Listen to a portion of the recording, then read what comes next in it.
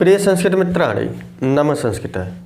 यह DG classes पर उत्तर रामचरितम की व्याख्या चल रही है और अभी तक हमने 12 श्लोक अध्ययन अध्यापन कर चुके हैं और अभी तक हमने पढ़ा कि श्री रामचंद्र जी को वह स्पर्श कैसा लगता है कि संताप जाम सपदियः परिहृत मूर्छाम आनंदनेन जड़ताम पुनरातनोति। कि संताप जन मूर्छा सीता के स्पर्श से तो खत्म हो गई, लेकिन उसी स्पर्श से अब आनंद की जड़ता हमारे अंदर दोबारा छा रही है। यह कथानक हमने कल पढ़ लिया था। अब उसके आगे यदि इस चैनल के आप वीडियो क्रम से चाहते हैं तो हमारे चैनल के प्लेलिस्ट में जाएं। सारे प्लेलिस्ट बने हुए हैं, जो भी ग्रंथ हैं सभी ग्रंथों के प्लेलिस्ट बने हुए हैं। सब वीडियो एक क्रम से मिलेंगे, आपको देखने में भी आसानी होगी और एक कथानक दूसरे कथानक से मिलता जाएगा। और चैनल पर पहली बार है, चैनल को सब्सक्राइब कीजिए, लोगों तक शेयर कीजिए। लोगों का मतलब केवल संस्कृत समूहों में कि जो इससे संबंध रखता हो, जिसको इसकी आवश्यकता हो, ऐसे लोगों तक शेयर कीजिए। इसी निवेदन के साथ आइए अपने कथानक को प्रारंभ करते हैं कि अब वह जब आनंद की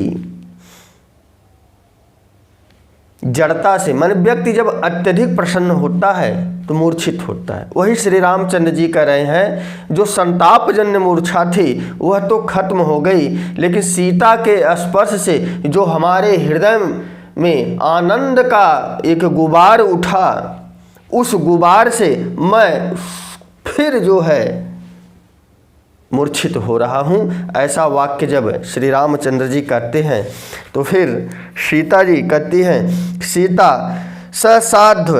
ससाध्वंस अर्थात डर के कारण और करुणा के कारण उपसृत्य तमसा के पास जाकर, क्योंकि इसके पहले आप पढ़कर आए हो कि ननु कल्याणी, या आपने ये श्लोक पढ़ा था तमसा का कि हे कल्याणी त्वमेव ननु ही कल्याणी, कि तुम ही उस जगतपति को जीवन दे सकती हो, जीवित कर सकती हो, इसीलिए जाओ उनका स्पर्श करो। उस कथानक से यहाँ कथानक जोड़ लीजिएगा, बीच में और श्री रामचंद्र जी का वाक्य आ गया था। तो जब सीता जी स्पर्श करके वापस आती हैं तो वह डरी हुई भी है और करुणा के साथ उपसृत्य समीप पहुंचकर, किसके समीप पहुंचकर? तमसा के समीप पहुंचकर, एतावत एव इदानीम मम बहुतरम, मेरे लिए इतना ही बहुत है, मेरे लिए इतना ही बहुत है। और यह करुणा और डर किस चीज का था?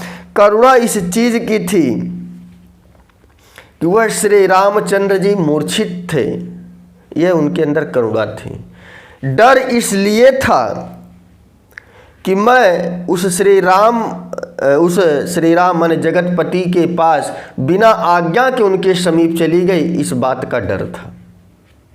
इसीलिए भवभूत ने दोनों वाक्य का प्रयोग किया कि भय और करुणा के साथ तमसा के समीप पहुंचकर, तमसा के पास जाकर कहती हैं, एतावत इदानीम, हमारे लिए इतना ही बहुत है, क्योंकि मैं परित्याग हमारा हुआ है, हमें बिना कारण के निकाला गया है, श्री रामचंद्र जी का स्पर्श हो गया है, इतना ही मेरे लिए, मम बहुतरम, मेरे लिए बहुत है। तब राम उपवेश बैठकर, अब होश जैसे ही श्री रामचंद्र जी को आता है तब वह उठकर बैठ जाते हैं। न खलु वत्सलया देव्या अभिपन्न अस्मि, कहते हैं कि वत्सल्या माने प्रेम, स्नेह, कि देवी का जो यह प्रेम था, माने देवी के द्वारा कहीं मुझ पर अनुग्रह तो नहीं किया गया, उससे सीता देवी के द्वारा कहीं मुझ पर अनुग्रह नहीं किया गया, क्योंकि यह स्पर्श पूरा परिचित हो, पुराना था और नियतन सएव, और यह वही स्पर्श था। इसीलिए श्री रामचंद्र जी कहते हैं कि न खलु वत्सलया देव्या, लगता है सीता देवी ने मुझ पर अनुग्रह किया, तब सीता कहती हैं हाधिक हाधिक किम इति आर्यपुत्रो माम मार्गिष्यते। सीता भी घबरा गई कि हाय धिक्कार है। किम इत आर्यपुत्रो माम, क्या यह अब आर्यपुत्र श्री रामचंद्र जी माम माने मुझे मार्गिष्यते ढूंढेंगे, खोजेंगे। उनको होश आ गया, उन्हें पता है कि हमने स्पर्श किया है, लेकिन वह अभी संभावना है, क्योंकि उन्होंने बताया ना यह स्पर्श पूरा परिचित हो, पुराना है। अर्थात जो 14 साल पहले जो स्पर्श हमें मिलता था वैसा ही किसी हाथ ने आकर हमारे हृदय को स्पर्श किया। अर्थात उस स्पर्श को ढूंढने के लिए कहीं श्री रामचंद्र जी हमें खोजने तो नहीं निकलेंगे, तो ही दिया किम इति आर्यपुत्रो माम मार्गिष्यते। अब वो श्री रामचंद्र जी मुझे ढूंढेंगे। तब राम जी कहते हैं कि भवतु पश्यामि, देखता हूँ कौन है। उठकर बैठते हैं, कहीं ये सीता देवी का अनुग्रह तो नहीं है, प्रेम तो नहीं है। तब वही राम जी कहते हैं कि भवतु पश्यामि, तब तक मैं देखता हूँ कि हमारे हृदय को किसने स्पर्श किया। तब सीता कहती है भगवती तम से अप्सरावतावत अप्सरायतावत, हे भगवती तम से दूर हटो, सरक जाओ, यहाँ से दूर चले जाओ। माम प्रेच्छान, माम माने मुझे, प्रेच्छान माने देख कर, अभ्यनुज्ञातेन अनभ्युज्ञातेन। देखिए मूल शब्द क्या है, अभी उपसर्ग लगा है, तो अभी के आगे नकारात्मक वाक्य बनाने के लिए न्य तत्पुरुष आया तथा न्य का न बचा, लेकिन आगे अभी का अ आने के कारण माने स्वरांत से प्रारंभ होने के कारण न का अन आदेश हो गया। इसको दो प्रकार से पढ़ सकते हो, न अभि अनुज्ञातेन, इसलिए न का अन हो गया, तो अनभ्यनुज्ञातेन। क्लियर हो गया कि प्रेच्छान अनभ्यनुज्ञातेन, कि बिना आज्ञा के मैं उनके समीप गई। सीता जी यही कह रही है भगवती तम से अप्सरावतावत, यहाँ से हट चलो, श्री रामचंद्र जी मुझे ढूंढेंगे, देखने के लिए बोले हैं ना भवतु पश्यामि, देखता हूँ यह किसका स्पर्श था।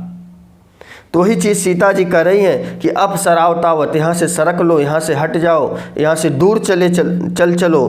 तो माम प्रच्छान, क्योंकि वो श्री रामचंद्र जी मुझे देखेंगे, तो अनभ्यनुज्ञातेन, क्योंकि मैंने बिना उनकी अनुमति के सन्निधानेन, उनके पास राजाधिकम कोप्यस्यति, वह राजा कहीं मुझ पर क्रोधित ना हो जाए। एक राजा के पास बिना आज्ञा के कोई व्यक्ति नहीं जा सकता, और श्री रामचंद्र जी चक्रवर्ती राजा थे, उनके पास कोई ऐरा गैरा व्यक्ति बिना पूछे जा ही नहीं सकता। यहाँ उनकी सीता भी इस बात से डर रही है कि राम ने मुझे आज्ञा नहीं दिया, मैं इनके पास चली गई। ऐसा जब वह सुनेंगे, ऐसा जब वह देखेंगे, कहीं वह क्रोधित ना हो जाए। और सीता जी ने श्री रामचंद्र जी को राजा कहा, क्योंकि राजा ने ही उनका बहिष्कार किया, उनको अपने राज्य से बाहर निकाला। आर्यपुत्र नहीं कहा, पतिदेव राम नहीं कहा, केवल यही कहा कि राजा अधिकम कोपिष्यति, कहीं ये राजा क्रोधित ना हो जाए हम पर। तब जो है तमसा कहती है आई वर्षे भागीरथी प्रसादात्, ये गंगा जी का आशीर्वाद है। वन देवता नाम अपिदृश्य समृता, वन देवी देवताएं तुम्हें देख ही नहीं पाएंगे, आपको माँ गंगा ने आशीर्वाद दिया है। सीता कहती है अस्ति खल्वेतर, अच्छा यह बात है। राम फिर कहते हैं हा प्रिय जानकी, हे मेरी प्रिय, हे मेरी प्रिय सीता। जब श्री रामचंद्र जी भवतु पश्याम इधर उधर देखते हैं तो कहते हैं हा प्रिय जानकी, हे मेरी जानकी तुम कहाँ हो। तब उसके बाद सीता कहती हैं स साध्वंस गद गदम, ये ब्रैकेट में लिखा है, अर्थात डर के कारण अस्पष्ट शब्दों में। व्यक्ति जब भयभीत होता है तो वह कुछ शब्द अस्पष्ट बोलता है। भयभीत के कारण कहना कुछ चाहता है लेकिन वह बात पूरी तरह स्पष्ट रूप से किसी व्यक्ति के सामने नहीं रख पाता। इसीलिए भवभूत ने यहाँ सीता जी को जो है बताया कि सहसाध्वंस, भय के कारण, डर के कारण स्पष्ट शब्दों में कि आर्यपुत्र असंदृशम खल्वेतस्य वृत्तान्तस्य, आर्यपुत्र असंदृशम खल्वेतस्य वृत्तान्तस्य। आर्यपुत्र, सीता जी कह रही हैं कि यह आर्यपुत्र का अर्थात श्री रामचंद्र जी का असदृशम उचित नहीं है। हा प्रिय जानकी कहना यह श्री रामचंद्र जी का उचित नहीं है। वृत्तांतस्य माने जिन्होंने हमारा परित्याग कर दिया, उन्होंने हमको खुद निकाला है, राज्य से खुद बाहर किया है, हमने अग्नि परीक्षा भी दी, उसके बाद हमने श्री रामचंद्र जी ने स्वीकारा था, लेकिन इस राज्य के लोगों ने राम जी के कानों को भर दिया, प्रश्न चिन्ह उठने लगे। इसीलिए श्री रामचंद्र जी ने हमको बाहर निकाल। कोई कारण नहीं था, मैं अग्नि परीक्षा दे चुकी थी, फिर भी मुझ पर शक किया गया, कोई कारण नहीं था। तो दिया वृत्तांतस कि यह जो परित्याग की घटना है, खलुएतस असदृशम, कि परित्याग की घटना के बाद हा प्रिय जानकी कहना यह उचित नहीं है। निकाले आप हो, अब काहे रो रहे हो। इसलिए यहाँ यह बात कही कि श्री रामचंद्र जी का हा प्रिय जानकी कहना उचित नहीं है परित्याग की घटना के बाद। जब आपने स्वयं निकाल दिया तो रोना किस बात का। तब उसके बाद साश्रम सीता आंसुओं के साथ कि भगवती माने हे भगवती तमसे किमित वज्रमयी जन्मांतरेष्वपि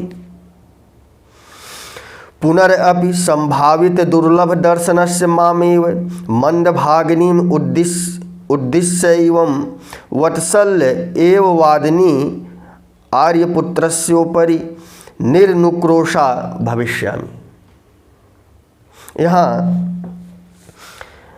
बताया गया कि जन्म जन्मांतरेष्वपि, जिसका अन्य जन्मों में पुनः अपि संभावित दुर्लभ दर्शनस्य, कि जिसका अन्य जन्मों में दर्शन दुर्लभ हो जावे, असंभव हो जावे, मामयो मुझ अभागन को, मंदभागिनी मुझ अभागन को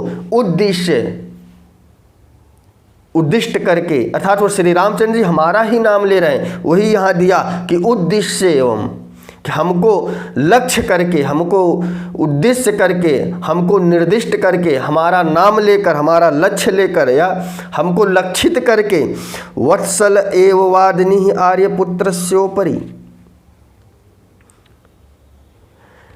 वत्सल माने प्रेम के कारण आर्यपुत्रस्योपरि, मैं इस आर्यपुत्र के ऊपर, श्री रामचंद्र जी के ऊपर निर्नुक्रोशा, अनुक्रोशा माने दया या कृपा होती है, निर्नुक्रोशा माने निर्दयी, या आगे बताया कि अकृपा। अनुक्रोशा माने कि जो निर्दयी हो, और अनुक्रोशा माने दया, कि मैं इस निर्दयी, निर्क्रोशा, कि इस निर्दयी भविष्यामि हो जाऊंगी, अर्थात यह भविष्य काल का बोध करा रहा है। और बताया बीच में एक वाक्य जोड़ लीजिए, ऊपर हमने छोड़ा था किमित, कैसे आर्यपुत्रोस्य परि, मैं इस आर्यपुत्र के ऊपर निर्दयी हो जाऊं, और दिया है ब्रजमयी, कठोर हो जाऊं। मैं कैसे इस आर्यपुत्र के ऊपर कठोर हो जाऊं, जिनका जन्म जन्मांतर माने अन्य जन्मों में दर्शन दुर्लभ हो जाएगा, ऐसे श्री रामचंद्र के प्रति मैं कैसे निर्दयी हो जाऊं। वही दिया कि भगवती कीमति वज्रमयी, मैं कैसे कठोर हो जाऊं कि जन्मांतरेष्वपि, कि अन्य जन्मों में पुनः अपि कि दोबारा संभावित दुर्लभम दर्शन से, जिसका दर्शन दुर्लभ हो जाएगा, ऐसे श्री रामचंद्र जी को मामयो मंद भागनी, मुझ अभागन को वात्सल्य एवं वादिनी आर्यपुत्र से ऊपर, जो श्री रामचंद्र जी मुझसे इतना प्रेम कर रहे हैं, मैं उनके ऊपर निर्नुक्रोशा भविष्यामि, मैं कैसे उनके ऊपर निर्दयी हो जाऊं। फिर सीता जी कहती हैं अहम एव तस्य हृदयम जानामि, मैं उस श्री रामचंद्र जी के हृदय को जानती हूँ। हा प्रिय जानकी बार बार कह रहे हैं, अर्थात उनका हमारे प्रति प्रेम आज भी बना हुआ है। ऐसे व्यक्ति के प्रति मैं कैसे ब्रजदपि कठोर हो जाऊं। इसीलिए सीता जी कहती हैं अहम एव तस्य, मैं कैसे इस श्री रामचंद्र जी के ऊपर निर्दयी हो जाऊं। अहम एव तस्य हृदयम जानामि, मैं श्री रामचंद्र जी के हृदय को जानती हूँ। मैं ममैश, और यह मेरे हृदय को जानते हैं। अर्थात एक पति अपनी पत्नी के हृदय की विचारधारा को, सोच को जानता है, और एक पत्नी अपने पति की विचारधारा, सोच को जानता है। भले किसी कारणवश वह डांट डपट दे, लेकिन वह पत्नी अच्छी तरह जानती है यह एक जो है क्षणिक घटना है, लेकिन प्रेम खत्म नहीं हुआ है। मेरे पति मुझसे अब भी प्रेम करते हैं। वही चीज़ यहाँ भी बताई कि मैं इस श्री रामचंद्र जी के हृदय को जानती हूँ, और यह मेरे हृदय को जानते हैं। तब इसके बाद श्री रामचंद्र जी दो कथानक चल रहे हैं। सीता अदृश्य रूप में है, सीता के बीच में कथानक है, सीता क्या सोच रही हैं और राम क्या कर रहे हैं, दोनों कथानक साथ में चल रहे हैं। फिर राम कहते हैं सर्वतावलोक्य सनिर्वेदम, चारों तरफ देखकर, सनिर्वेदम करुणा के साथ, दुख के साथ। निर्वेद इस चीज का है कि जिसने मुझे स्पर्श किया वह तो दिखाई ही नहीं पड़ रही है।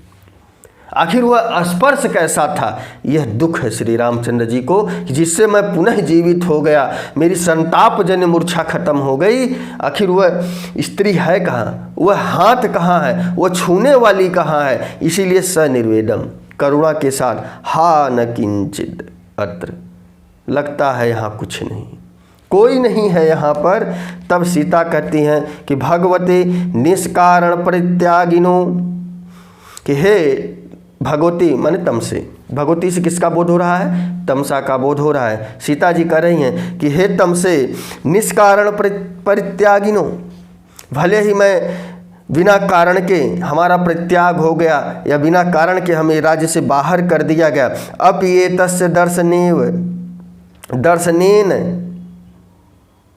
एवं विधेन की दृष्टि में हृदयावस्था, लेकिन फिर भी इस श्री रामचंद्र जी के दर्शन के कारण, श्री रामचंद्र जी को देखने के कारण मेरे हृदय की अवस्था पता नहीं कैसे हो रही है। की दृष्टि, मेरे हृदय की अवस्था, मैं माने मम सीता, कि मेरे इस हृदय की अवस्था न जाने कैसे हो गई है, कि मैं उस श्री रामचंद्र जी को देखकर मुझे उन पर चिढ़ आना चाहिए था, मुझे उन पर गुस्सा आना चाहिए था कि 12 वर्ष तक इतना लंबा, अभी श्री रामचंद्र जी सीता से मिले नहीं हैं, 12 वर्ष का वियोग है। आज जो व्यक्ति बिना कारण के किसी स्त्री को बाहर निकाल दे, तो अगर वह स्त्री ऐसे स्वामी को, ऐसे पति को अकेले पा जाए तो फाड़ कर खा जाए। तुम्हारे चलते मैं जंगल जंगल भटक रही हूँ, लोग मुझ पर आरोप लगा रहे हैं कि ये वही स्त्री है जिनको श्री रामचंद्र जी ने निकाल दिया, और लाछन लगा है कि यह पतिव्रता है कि नहीं है। ऐसे लाछन लोग उस राज्य में लगाया करते थे। वही चीज़ बता रही है कि दृष्टि में हृदय अवस्था, मेरी हृदय की अवस्था कैसी है कि श्री रामचंद्र जी को देखकर मुझे प्रेम भी आ रहा है, इस श्री रामचंद्र जी को देखकर मुझे गुस्सा भी आ रही है, इस श्री रामचंद्र जी को देखकर मैं कुछ भला बुला कहना तो चाहती हूँ लेकिन कह नहीं पा रही हूँ। सीता जी वही अपने मन की व्यथा कहती हैं कि अब ये तस्य दर्शनेन एवं विधेन की दृष्टि, पता नहीं मेरे हृदय की अवस्था कैसी हो गई है। फिर उसके बाद तमसा कहती है कि जानामि वत्से जानामि, मैं जानती हूँ। तमसा कह रही है कि मैं तुम्हारे हृदय की अवस्था को जानती हूँ कि हे पुत्री मैं जानती हूँ। जानामि वत्से, पुत्री जानती हूँ, मैं जानती हूँ तुम्हारे हृदय की अवस्था कैसी है। शिखरणी छंद में तमसा सीता के हृदय की अवस्था बता रही है कि रसै रुद्रै छिन्ना यमन सभलागः शिखरणी ततष्टं नैराश्यात्। हमारे साथ बोलिए, ततस्थं नैराश्यात् अपि च कलुषं विप्रवशात् वियोगे दीर्घेऽस्मिन् झटिति घटनास्तम्भितमिव प्रसन्नं सौजन्यात् दयितकरुणैर्गाढकरुणम् द्रवीभूतं प्रेम्णा द्रवीभूतं प्रेम्णा तव हृदयमस्मिन् क्षणैव तव हृदयमस्मिन् क्षणैव रसैरुद्रै छिन्ना यमन सभलागः शिखरणी।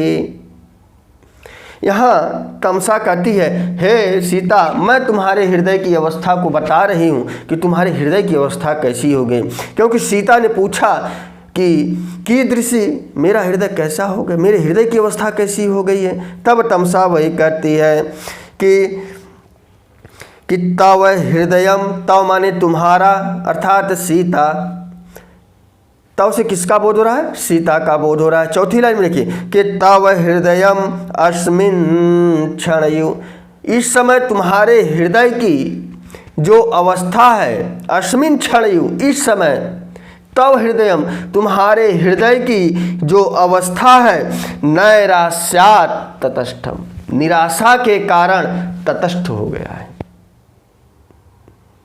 निराशा के कारण तुम्हारा हृदय तटस्थ हो गया है। और बोला अपिचे कलुषम विप्रवशात्, और तुम्हारा हृदय कलुषित भी हो गया है और विप्रियवशात्, तुम्हारे साथ कुछ भी अच्छा नहीं हुआ, इसी कारण तुम्हारा हृदय कलुषित भी है।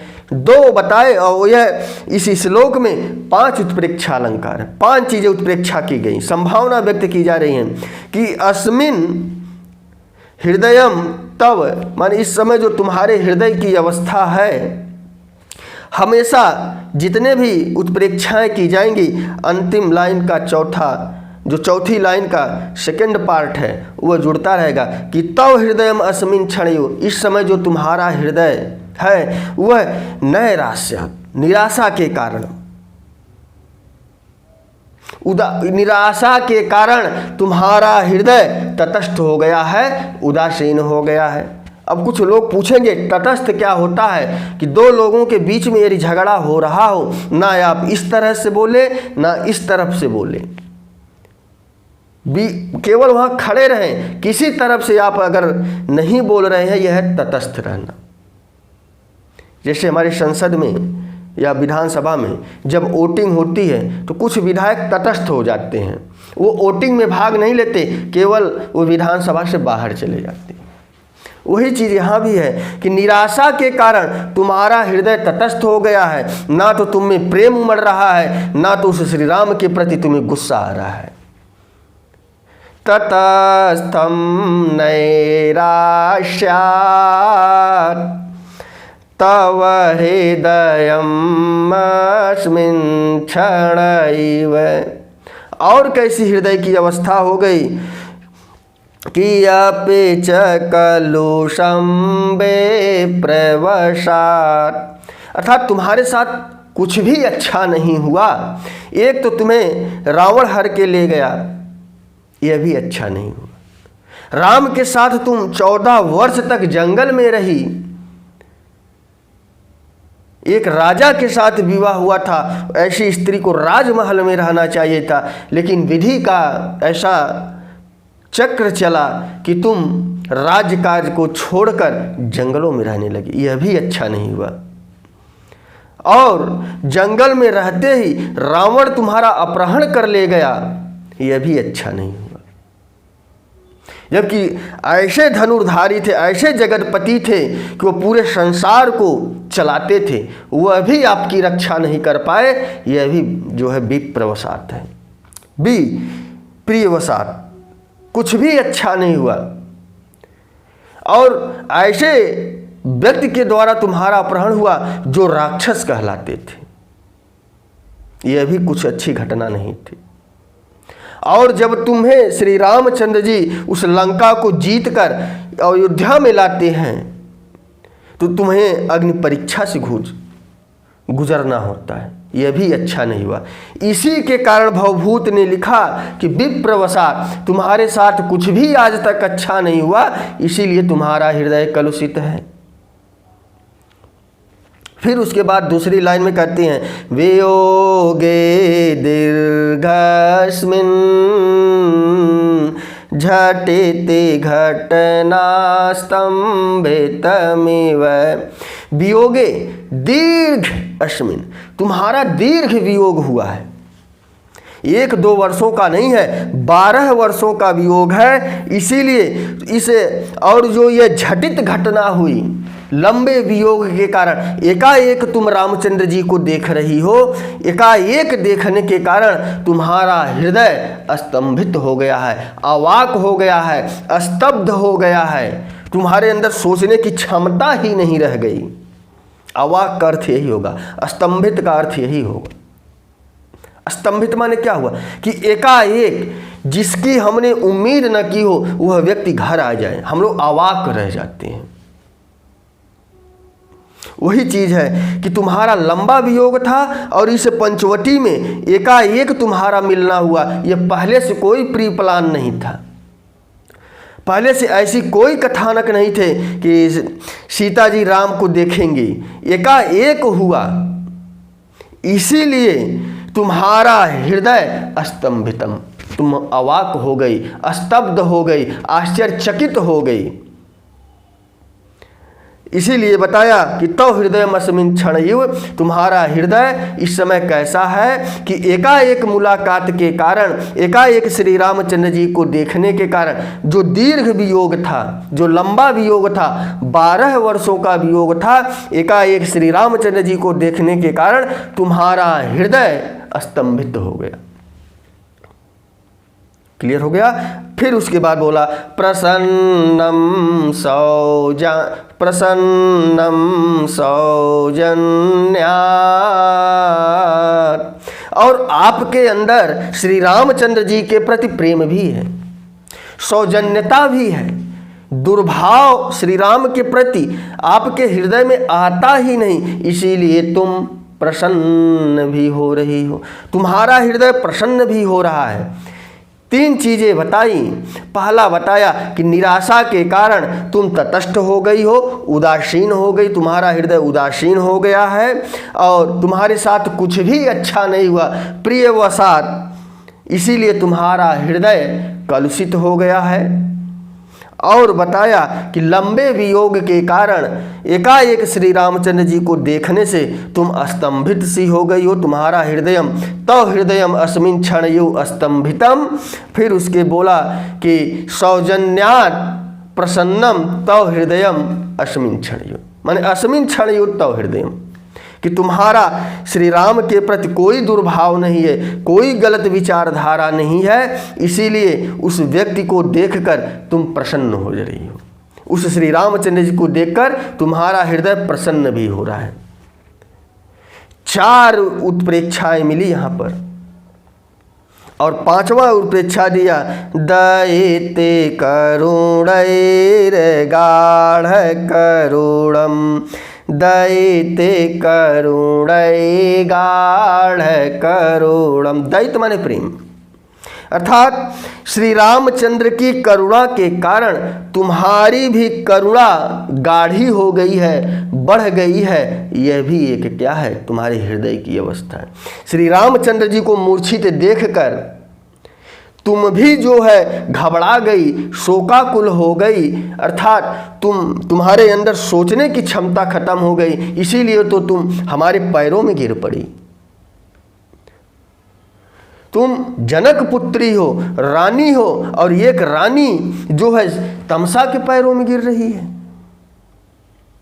यही है गाढ़ करुणम, कि वह श्री रामचंद्र की करुणा को देखकर दयितम करुणई, अर्थात श्री रामचंद्र की करुणा को देखकर तुम्हारी भी करुणा और ज़्यादा बढ़ गई। इसीलिए यह भी तुम्हारे हृदय की अवस्था है कि किसी करुणा व्यक्ति को देखकर, किसी दुखी व्यक्ति को देखकर दुखी हो जाना, यह भी एक हृदय की अवस्था है। क्लियर हुआ? और बोला प्रसन्नम सौजन्यात्, यदि किसी व्यक्ति के प्रति दुर्जन भाव हो, दुर्भाव हो, वह हृदय कभी भी प्रसन्न नहीं हो सकता। कोई पति यदि पत्नी के प्रति दुर्भाव रखता हो, वह पति कभी भी प्रसन्न नहीं होगा। इसी तरह पत्नी पर भी यही बात लागू होती है। कोई पत्नी अपने पति के प्रति यदि दुर्भाव रखता है तो वह पत्नी भी कभी भी प्रसन्न नहीं हो सकती। हृदय में यदि गंदे विचार होंगे, वह हृदय कभी प्रसन्न नहीं हो सकता उस व्यक्ति के प्रति। लेकिन यहाँ भवभूति ने वह कहा कि सौजन्यात् प्रसन्नम, कि सीता जी राम के प्रति कोई दुर्भाव नहीं रखती थी, भले निष्कारण निकाल लिया, फिर भी वह उसको कभी दुख नहीं माना, कभी इन्होंने पूछा भी नहीं क्यों निकाला, वो सहर्ष स्वीकार कर ली और जंगल में चली आई। और ऐसी अवस्था में आई जब वह गर्भिणी थी। वो लिखा प्रसन्नम सौजन्यात् दयिते करुणैरे गाढ़ करुणम। और अंत में कहा द्रवीभूतं प्रेम्णा, द्रवीभूत हो गया है प्रेमणा, प्रेम के कारण आपका हृदय द्रवीभूत हो गया है। अर्थात श्री रामचंद्र जी से तुम इतना प्रेम करती हो, इतना प्रेम करती हो, इसीलिए तुम्हारा हृदय द्रवीभूत हो गया है। और द्रवीभूत होने के कारण तव अस्मिन् हृदयम, इसलिए तुम्हारा इस समय जो हृदय है नैराश्यम ततस्थम, हृदयम कैसा हो गया, ततस्थम भी हो गया, कलुषम भी हो गया, अस्तंभितम भी हो गया, प्रसन्नम भी हो गया और गाढ़ करुणम भी हो गया। एक श्लोक में 5 उत्प्रेक्षा अलंकार है। श्लोक को याद करिए, उत्प्रेक्षा अलंकार का इससे अच्छा उदाहरण नहीं मिल सकता। शिखरणी छंद है, रसै रुद्रै छिन्ना यमन सब लागह शिखरणी। जैसी तमसा ऐसी स्थिति बताती हैं सीता की, तुम्हारे हृदय की स्थिति यही है कि शोक के कारण, निराशा के कारण तटस्थ हो गया है। कुछ आपके साथ आज तक अच्छा नहीं हुआ, इसलिए आपका हृदय कलुषित भी रहता है। लंबे वियोग के कारण एकाएक राम को देखने से आपका हृदय स्तंभित भी हो गया है और उस राम के प्रति कोई दुर्भाव नहीं है, गलत विचार नहीं है, इसीलिए आपका हृदय प्रसन्न भी होता है। और श्री रामचंद्र जी को देखकर आप श्री रामचंद्र जी की करुणा को देखकर आपकी भी करुणा उससे ज़्यादा बढ़ जाती है। ऐसा हृदयम तुम्हारा हो गया है, ऐसा तव हृदय, ऐसा तुम्हारा हृदय अस्मिन् क्षणयो इस समय हो गया है। सीता जी पीछे पूछती है ना, कीर्दिशी में हृदय, मेरा हृदय कैसा हो गया, तो वही तमसा बताती है। फिर उसके बाद राम कहते हैं, देवी हे देवी प्रसादैव मूर्तस्ते स्पर्शन स्नेहार्द शीतल है। राम जी फिर कहते हैं कि प्रसादैव मूर्तस्ते स्पर्शः स्नेहार्द शीतल अद्याप्यानन्दयति मां त्व पुनः क्वाशे नंदनी। माम त्वं पुनः क्वासि नंदनी। यहाँ नंदनी शब्द है कि हे नंदनी, हे आनंद देने वाली। अभी श्री रामचंद्र जी को स्पर्श भूला नहीं है। कह रहे हे आनंद देने वाली, हे नंदनी, तुम क्वासी, तुम कहाँ हो। हे आनंद स्वरूप सीता देवी, हे आनंद को बढ़ाने वाली, हे हृदय को आनंदित करने वाली, तुम क्वासी, तुम कहाँ हो। तब उसके बाद ऊपर आ जाइए कि माम माने मुझे, तुम से सीता का बोध हो रहा है, माम से श्री रामचंद्र जी का बोध हो रहा है कि स्पर्श जो वह हमारे हृदय को स्पर्श किया हुआ था, स्नेह माने प्रेम के कारण, आर्द्र माने गीला, आर्द्र माने गीला, प्रेम के कारण जो है वह आर्द्र, शीतल माने ठंडा, जो वह स्पर्श हुआ था वह प्रेम के कारण आर्द्र भी था, उसमें आर्द्रता थी, उसमें शीतल था। और उस शीतलपन से जो है मूर्तस्ते इव प्रसाद है कि जैसे साक्षात मूर्ति रूप प्रसाद मिल गया हो, इतना हमें अद्य अपि आनंदयति, आज मैं इतना आनंदित हो रहा हूँ, मैं इतना प्रसन्नचित हो रहा हूँ कि वह स्पर्श ही ऐसा था कि जैसे वह स्पर्श की तुलना की गई कि स्पर्श कैसा था, स्नेहार्द शीतल स्पर्श, उसमें प्रेम था, उसमें आर्द्रता थी, उसमें शीतलता थी।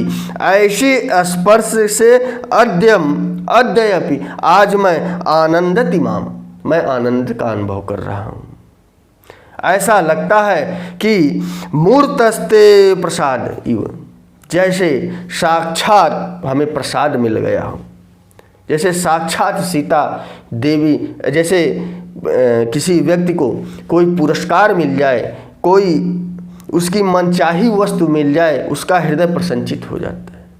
वही दिया प्रसाद इव मूर्तस्ते, जैसे साक्षात हमें प्रसाद मिल गया हो, अर्थात ईश्वर ने मुझे दर्शन दे दिया हो, ऐसा मुझे एहसास होता है। और इतना कहते हैं कि तुम क्वशी नंदनी, हे नंदनी तुम कहाँ हो। सीता जी जब क्षमता राम जी जब ऐसे वाक्य कहते हैं तो फिर उसके आगे सीता कहती हैं एते खलु ते अगाध मानस दर्शित स्नेह संभारा आनंद निस्यंदन सुधामया आर्यपुत्र से उल्लापा। यह जो आर्यपुत्र का उल्लाप है, विलाप है, पीछे तो विलाप ही तो कर रहे हैं। हे नंदनी तुम कहाँ हो, हे आनंद को प्रदान करने वाली नंदनी तुम क्वशी, तुम कहाँ हो। ये विलाप ही है श्री रामचंद्र जी का, वही बता रहे हैं आर्यपुत्र से उल्लापा। यह जो श्री रामचंद्र जी आर्यपुत्र उल्लाप कर रहे हैं, एते खलु निश्चय ही ते अगाधा, कि वे अगाध, अगाध माने जिसका कोई थाह ना हो, ऐसे मानस, ऐसे मन में जिसका कोई था ना हो और उस मन में स्नेह संभारा, स्नेह का समूह व्याप्त हो, अर्थात ऐसा मन जिसके अंदर प्रेम का पूरा समूह व्याप्त हो, उसका कोई था ना हो, ऐसे दर्शितम, ऐसे दर्शित दिया है कि अत्यधिक प्रेम को प्रदर्शित करने वाले वह श्री रामचंद्र जी कह रहे हैं। ते अगाध मानस स्नेह संभारा दर्शित, कि वे श्री रामचंद्र जी अत्यधिक प्रेम को प्रदर्शित करने वाले, आनंद निस्यंदिन है, आनंद को बरसाने वाले, आनंद निस्यंदिन है, आनंद को चुआने वाले, सुधामया अमृत स्वरूप आर्यपुत्र से उल्लाप। यह आर्यपुत्र का उल्लाप है। कहने का तात्पर्य यही है कि मैं उस श्री रामचंद्र जी के विलाप को, विलाप तो यही है ना कि तुम क्वशी नंदनी, हे आनंद को प्रदान देने वाली, हे आनंद के स्वरूपा, हे आनंदमयी सीते तुम कहाँ हो। ऐसा श्री रामचंद्र जी का विलाप है। वही बात सुनकर सीता कहती हैं ते अगाधम मानस स्नेह संभारा दर्शित, ये तो श्री रामचंद्र जी के मन में अथाह प्रेम प्रदर्शित हो रहा है या दिखाई पड़ रहा है। आनंद निस्यंदिन सुधामया आर्यपुत्र से उल्लापा, ये आर्यपुत्र का विलाप ही तो है जो आनंद को और अमृतमय है।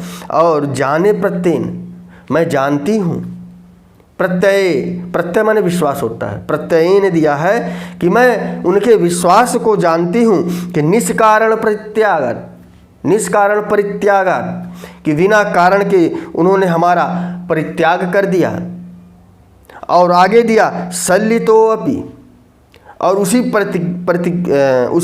परित्याग के कारण उसका जो हमारे ऊपर दोष पड़ रहा है, उसका जो हमारे ऊपर प्रभाव पड़ रहा है, ऐसा शूल माने कांटा या दुख, परित्याग रूपी जो शूल हमारे हृदय में बेध रही है, धस रही है, बहुमतो मम जन्म लाभ है, फिर भी मेरा जन्म लेना लाभप्रद है, प्रशंसनीय है, अर्थात हमारा जीवन सार्थक हो गया। ये सीता जी कहती हैं कि जाने प्रत्यय, मैं उनके विश्वास को जानती हूँ।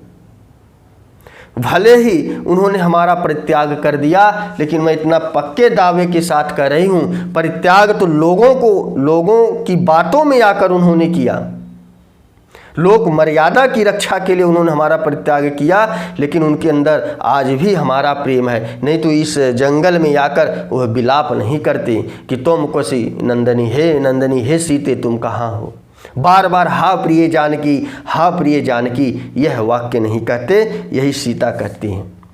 फिर उसके बाद राम कहते हैं अथवा कुतः प्रियतमा, कि अथवा सीता जी यहाँ कहाँ हैं, प्रियतमा सीता यहाँ कहाँ है। नूनम संकल्प अभ्यास पाटव उपादान, अर्थात 14 वर्ष पहले मैं इसी जंगल में सीता जी के साथ रहता था, बार बार मैं सीता जी को ही देखकर सीता जी का ही नाम लिया करता था, इसीलिए लगता है कि ऐसा भ्रमो राम भद्र से, यह हमारे मन का भ्रम भी हो सकता है, यह हमारे मन का भ्रम हो सकता है। मैं दोबारा इस पंचवटी में आया हूँ, हमें लगता है कि जब मैं 14 वर्ष पहले इस सीता के साथ रहता था, बार बार सीता का नाम लेकर मैं उसे पुकारा करता था, उससे बातें किया करता था, ऐसा लगता है यह हमारे मन का भ्रम है। वही अभ्यास आज भी है, इसीलिए तो मैं बार बार हा प्रिय जानकी कह रहा हूँ। अथवा कुतः प्रियतमा, अर्थात सीता यहाँ कहाँ है। नून संकल्पाभ्यास पाठोपादान,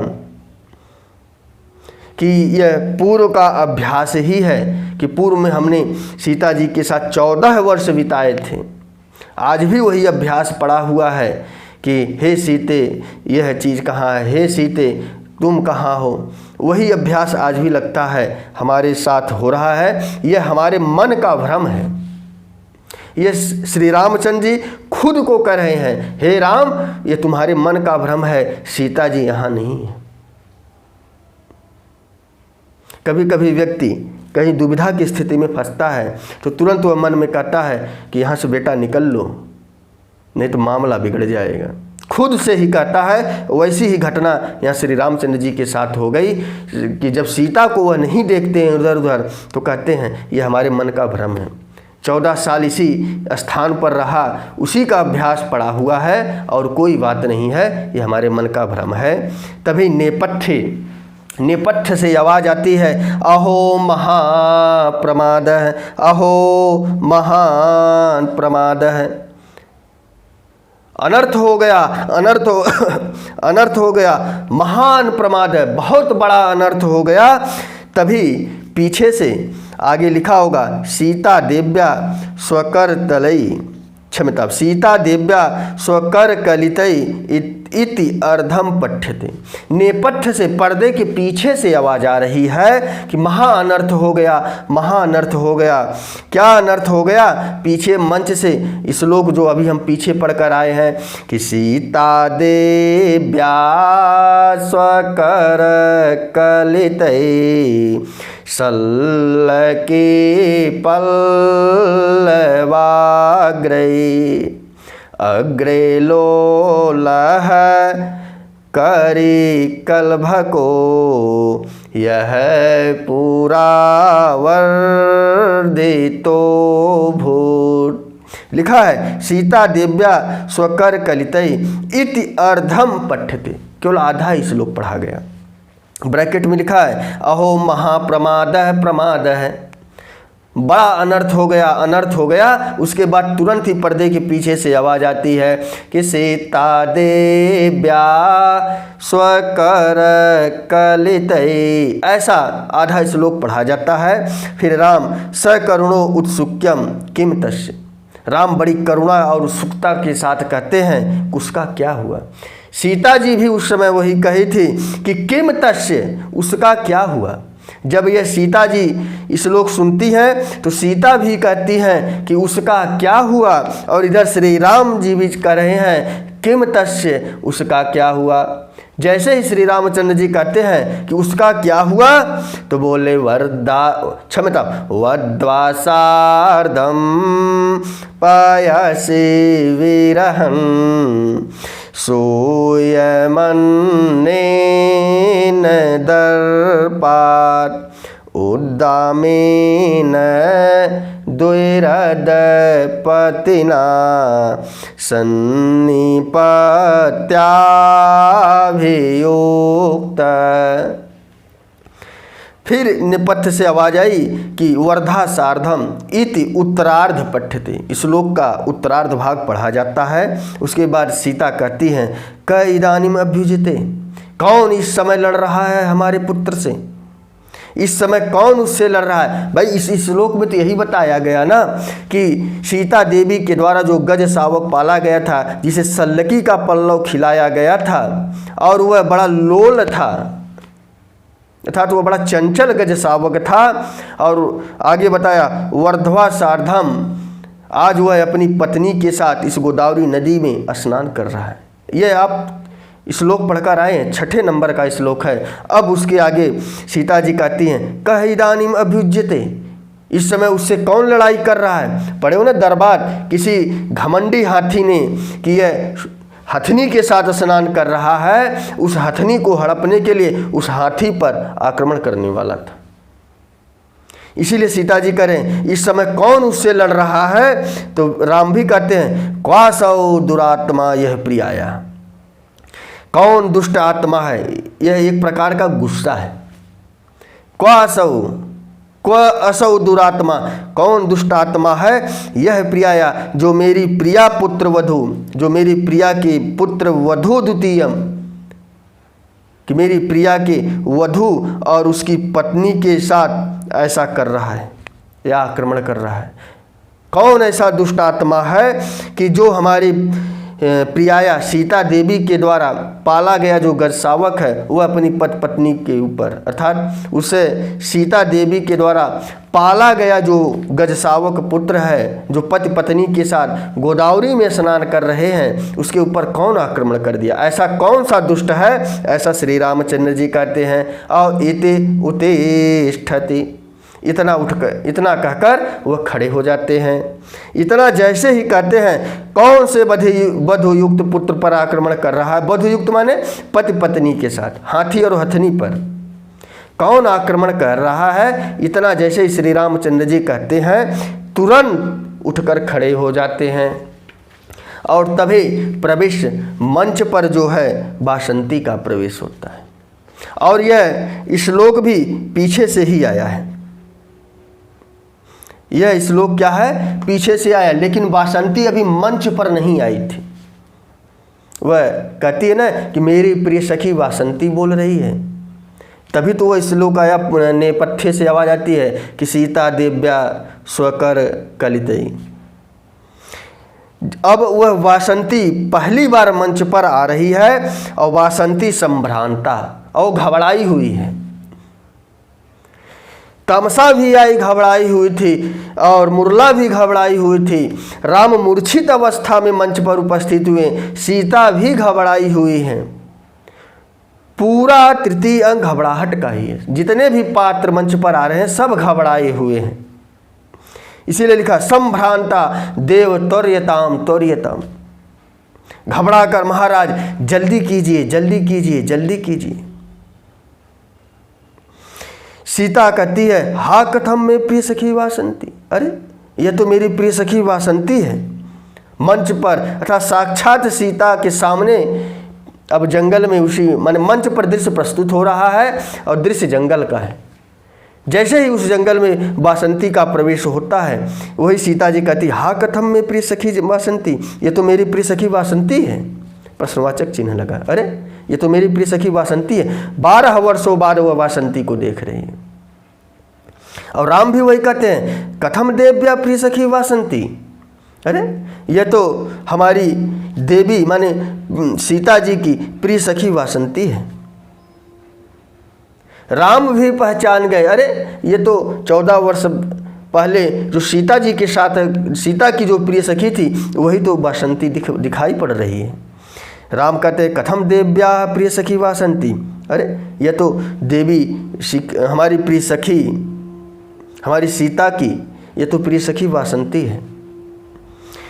वासंती कहती है कि देव त्वर्यताम त्वर्यताम, महाराज जल्दी करें, जल्दी करें, शीघ्रता करें। इतो जटायु शिखर से दक्षिणेन सीता तीर्थे, इस जटायु शिखर के दक्षिण की तरफ सीता तीर्थ है। बहुत बार यह प्रश्न आया है कि जटायु शिखर के किस तरफ सीता तीर्थ है, तो उत्तर होगा कि दक्षिणेन की तरफ। और प्रश्न घुमा कर पूछ दिया कि सीता तीर्थ के उत्तर की तरफ क्या है, तो जटायु शिखर है। इसीलिए कहते हैं कथानक पढ़ो। इतो जटायु शिखर से दक्षिणेन सीता तीर्थेन, कि इस जटायु शिखर के बगल में सीता तीर्थ है। और गोदावरी में अवतीर्य, सीता तीर्थ माने जहाँ सीता स्नान करने जाती थी, उसी गोदावरी में उतरकर संभावितुम रक्षा कीजिए देव्या पुत्रकम देव, उस देवी पुत्र की, हे महाराज, देव माने राम का बोध हो रहा है कि हे महाराज उस देवी के पुत्र की संभावितुम रक्षा कीजिए। गोदावरी के समीप उतरकर गोदावरी के नज़दीक जाकर उस गजसावक की रक्षा कीजिए। उस पर किसी अन्य हाथी ने दर्पात घमंड के कारण आक्रमण कर दिया है। अब सीता कहती है हातात जटायो शून्यम त्वया विना इदम जनस्थानम। ई का ए हो गया है, विना इदम, और विना के योग में तृतीया लग गई त्वया, बिना के योग में तृतीया लग गई कि हातात जटायो। जैसे ही वासंती ने कहा कि जटायु शिखर के उत्तर क्षमता दक्षिण की तरफ सीता तीर्थ है, वहाँ तीर्थ के बगल में गोदावरी नदी बहती है। सीता तीर्थ मतलब गोदावरी नदी के किनारे ही है, बस उसका नाम सीता तीर्थ है क्योंकि जब वह पहले पंचवटी में रहती थी तो स्नान करने के लिए वो उसी स्थान पर जाती थी, इसलिए उसका नाम सीता तीर्थ पड़ गया। अर्थात उसी गोदावरी में उतरकर उस गजसावक की अर्थात देवी के पुत्र की रक्षा कीजिए।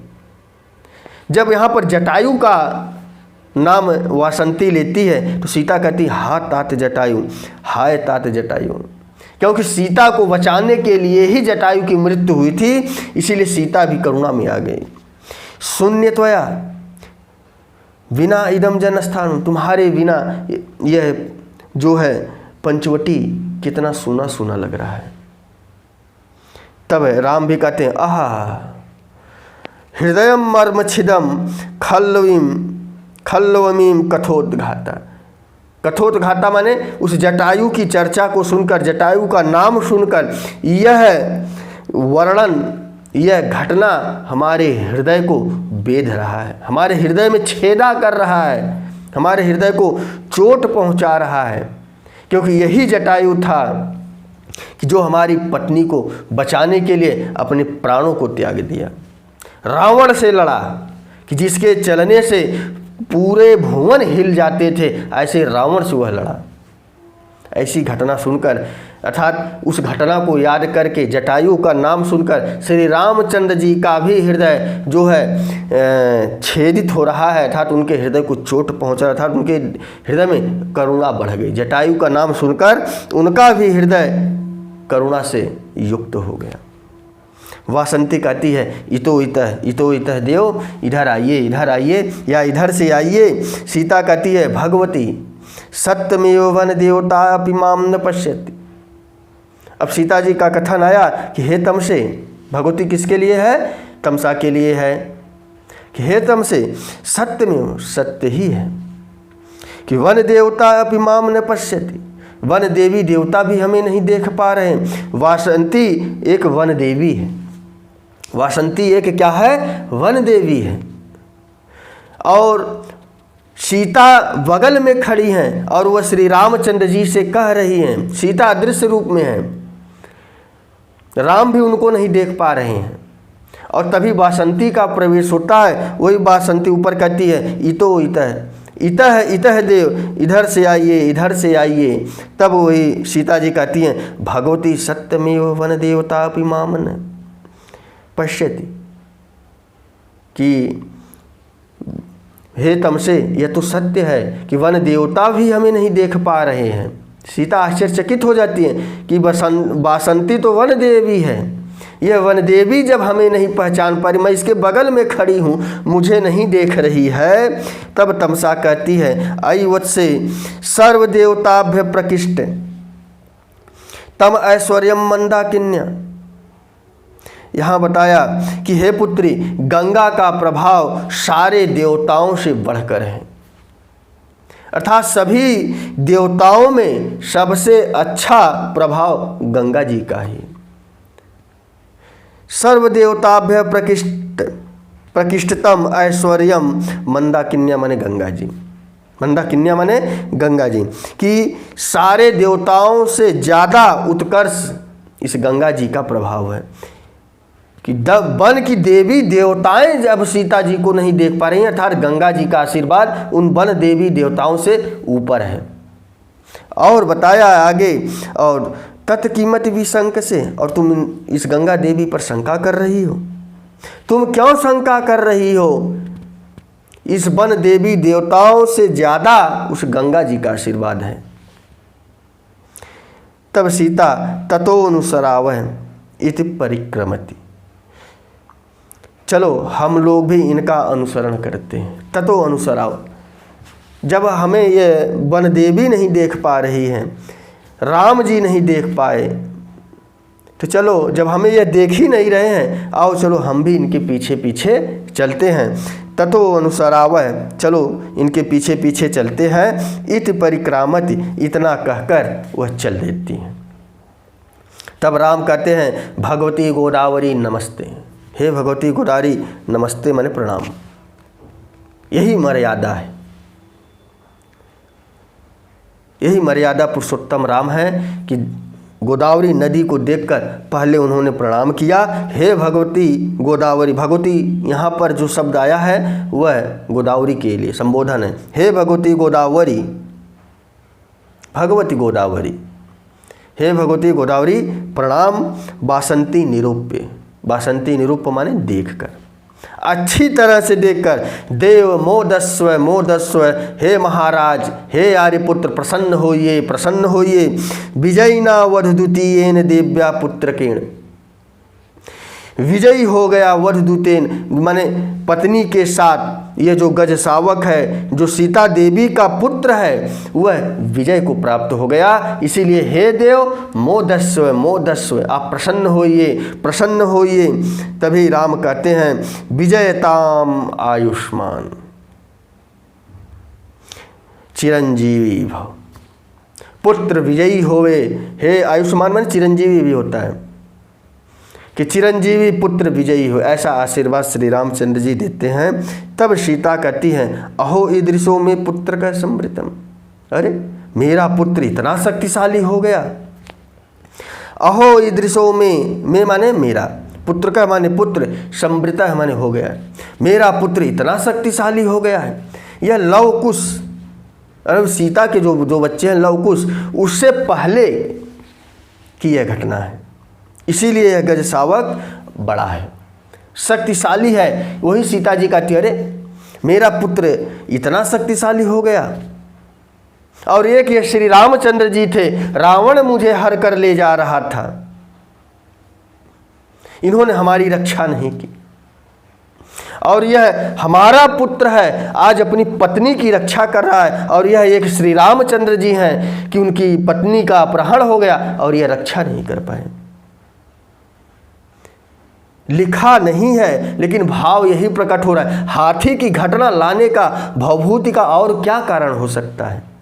यहाँ पर यह व्यंजना दी गई कि यह जो सीता देवी के द्वारा पाला गया जो यह गजशावक था, जो अब बड़ा हो गया है, हाथी हो गया, वह अपनी पत्नी के साथ जल में विहार कर रहा था, गोदावरी नदी में स्नान कर रहा था। लेकिन किसी दर्पात घमंडी हाथी का उस हथनी को हथिया ले, उस हथनी को अपना बना ले, इसीलिए उस हाथी को भगाना चाह रहा था, उस पर आक्रमण किया। लेकिन उस हाथी ने उस दर्पात हाथी को हरा दिया। कारण यह था, यहाँ यह भवभूति को दिखाना था कि यह अपनी पत्नी की रक्षा एक जानवर, एक हाथी कर लिया। और श्री रामचंद्र जी त्रैलोक्यदर्शी हैं, जगतपति हैं, वह अपनी पत्नी की रक्षा नहीं कर पाए। यह एक व्यंजना व्यक्त की गई। इसीलिए आगे दिया, अहो ईदृशम में पुत्र का समृत, मेरा पुत्र इतना शक्तिशाली हो गया। सीता जी का वाक्य आया है कि मेरा पुत्र इतना शक्तिशाली हो गया कि वह अपनी पत्नी की खुद रक्षा कर सकता है। एक हमारे पति हैं, वो अपनी पत्नी की रक्षा ही नहीं कर पाए, रावण हर के ले गया। आप भगवान स्वरूप थे, ईश्वर अवतार था, आपके पास भी शक्तियां थीं। आप भूत भविष्य वर्तमान देख सकते थे, रावण भी भूत भविष्य वर्तमान देख सकता था, दोनों के पास शक्तियां थीं। क्या आप भूत भविष्य वर्तमान देखकर ऐसी घटनाओं को नहीं रोक सकते थे? ऐसा विचार यहाँ पर किया गया। और आज कथानक यहीं समाप्त करते हैं, वीडियो लंबी ना हो जाए। कैसा लगा कमेंट में अवश्य लिखिएगा। फिर अगले कथानक में इससे आगे के कहानी को पढ़ेंगे, समझेंगे।